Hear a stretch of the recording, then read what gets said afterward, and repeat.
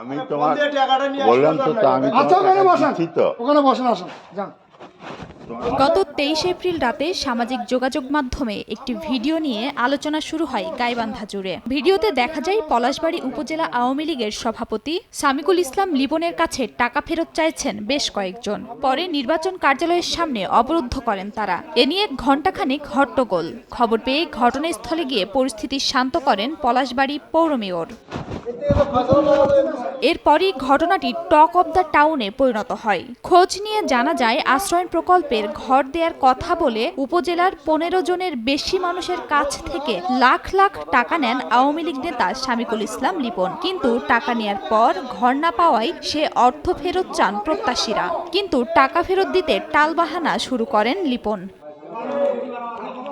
ভুক্তভোগীদের অভিযোগ, মাথা গোঁজার ঠাঁই পাওয়ার আশায় টাকা দিয়েও ঘর মেলেনি। এখন টাকাও ফেরত দিচ্ছেন না আওয়ামী লীগ নেতা লিপন। এ নিয়ে বারবার তার কাছে ধর্ণা দিলেও ক্ষমতার দাপটে কাউকে তোয়াক্কা করছেন না। সবশেষ বাধ্য হয়েই গত 23 এপ্রিল রাতে লিপনের পথরোধ করেন কয়েকজন ভুক্তভোগী।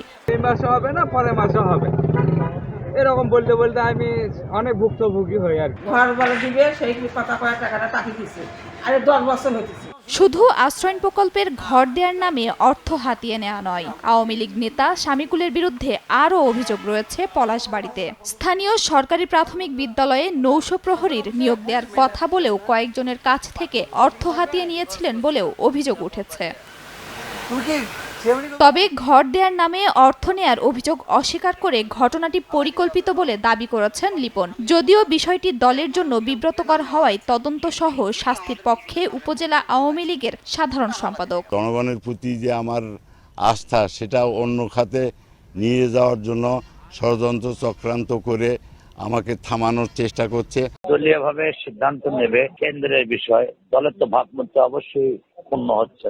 ষষ্ঠ উপজেলা পরিষদ নির্বাচনে পলাশবাড়ী উপজেলায় চেয়ারম্যান প্রার্থী হয়েছেন সামিকুল ইসলাম লিপন। ভোটের আগেই তার বিরুদ্ধে টাকা হাতিয়ে নেয়ার অভিযোগ ও ভুক্তভোগীদের হাতে অবরুদ্ধ থাকার ভিডিও ভাইরাল হওয়ায় চলছে আলোচনা সমালোচনা। সময় সংবাদ, গাইবান্ধা।